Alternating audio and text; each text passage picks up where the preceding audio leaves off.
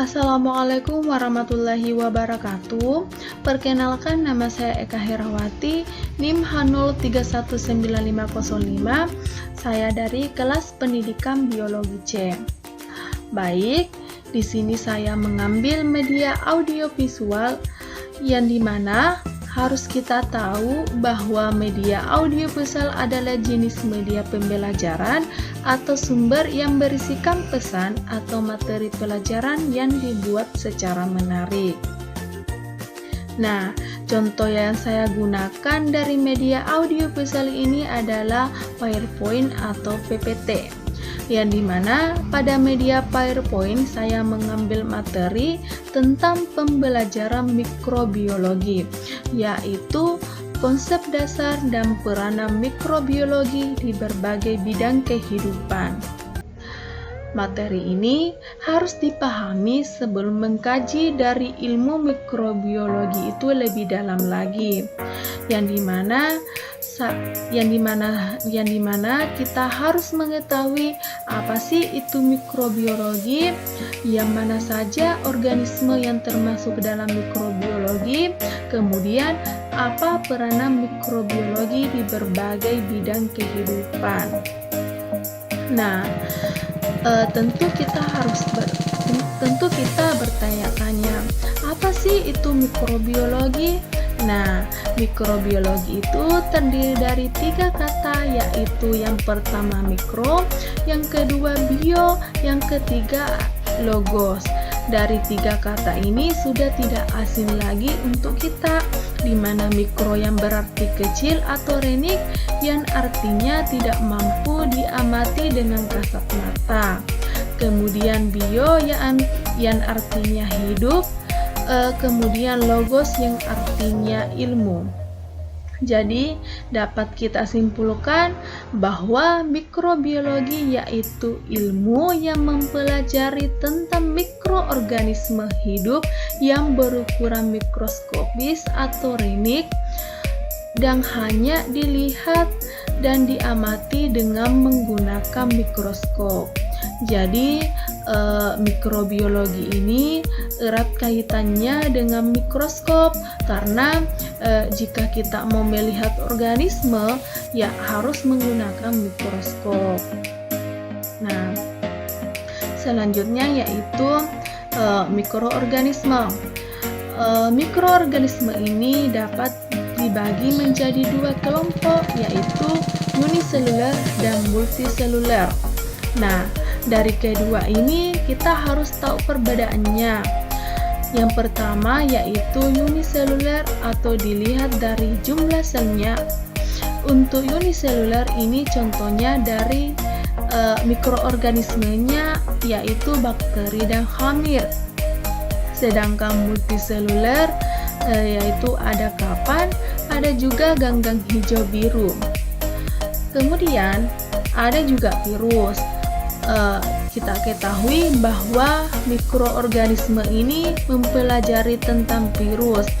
Walaupun virus itu tidak termasuk seluler, tapi dia termasuk metaorganisme, yaitu makhluk peralihan antara seluler dan non-seluler. Karena sifat virus ini, dia akan mengkristal ketika di luar dari sel inang, kemudian ketika di dalam sel inang dia akan menjadi organisme, karena virus ini mampu melakukan replikasi dengan bantuan inangnya. Kemudian dilihat daripada gambar ini bahwa pada gambar ini adalah penyakit yang disebabkan oleh mikroorganisme. Pada gambar pertama itu ada TBC. TBC ini merupakan tuberkulosis. Nah, TBC ini merupakan tuberkulosis yang disebabkan oleh bakteri Mycobacterium tuberculosis. Kemudian yang kedua ada bisul. Nah, dan juga ada jerawat. Nah, yang kedua dan yang ketiga ini pasti sudah ada yang merasakan. Nah, jerawat ini terjadi karena kurangnya kebersihan, kemudian adanya interaksi mikroorganismenya.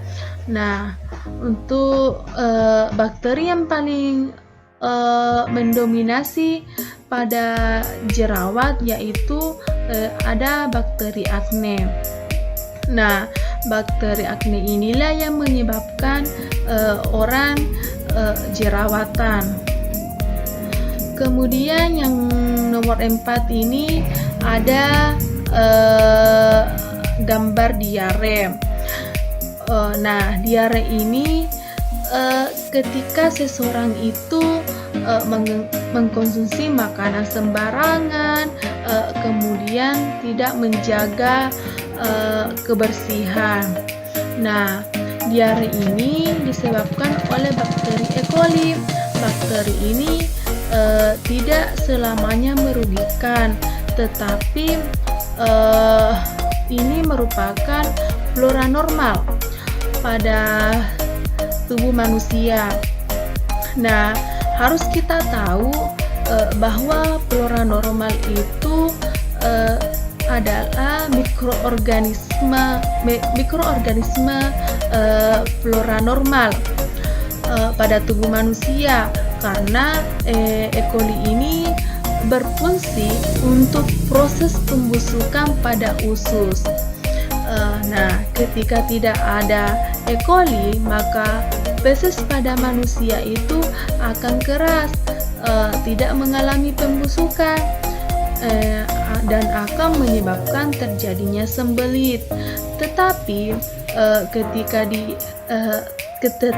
ketika dia jumlahnya banyak, maka dia akan menyebabkan diare. Selain itu, ada juga fungi yang dimana kita bisa lihat pada nomor 5 dan nomor 6, yaitu dilihat pada gambar, yaitu panu dan ketombe. Panu dan ketombe ini disebabkan oleh fungi, yaitu yang berupa kapan. Nah, ini semua penyakit yang menyebabkan mikroorganisme, khususnya pada bakteri, kapan, dan kamir. Masih banyak lagi penyakit yang menyebabkan mikroorganisme. Nah, jika di gambar sebelumnya itu merupakan mikroorganisme yang konotasinya itu negatif, nah pada gambar ini kita bisa lihat mikroorganisme atau mikroba yang menguntungkan. Contohnya yang pertama yaitu vaksin, yang dimana vaksin ini mikroorganismenya telah dilemahkan, yang sengaja dimasukkan ke dalam tubuh manusia yang bersifat sebagai antigen untuk memicu terbentuknya antibodi. Kemudian yang kedua ada makanan yang mengandung probiotik dan probiotik. Nah, probiotik itu sudah mengandung mikroba baik yang terdapat dalam makanan. Contohnya yang bisa kita minum yaitu Yakult, kemudian yogurt. Sedangkan prebiotik ini merupakan pangan yang bisa memicu kehidupan atau nutrisi dari mikroorganisme. Jadi probiotik ini adalah makanannya, sedangkan probiotik ini adalah mikrobanya. Selanjutnya yang pada gambar yang ketiga yaitu ada mikroorganisme transgenik, baik itu tumbuhan transgenik atau hewan transgenik. Ini seperti kita lihat pada buah tomat. Nah, pada buah tomat ini supaya tidak mudah matang, ini dilakukan dengan rekayasa genetik atau menggunakan yaitu gennya disisipkan dalam mikroorganisme yang selanjutnya yang kita makan sehari-hari yaitu pada gambar nomor 4 ada gambar nomor 5, yaitu tempe dan tape. Nah, ini semua merupakan makanan yang difermentasi. Selanjutnya juga ada permipan. Nah, dan masih banyak lagi contoh mikroorganisme yang menguntungkan bagi kehidupan manusia. Baik, lebih dan kurangnya mohon dimaafkan. Assalamualaikum warahmatullahi wabarakatuh.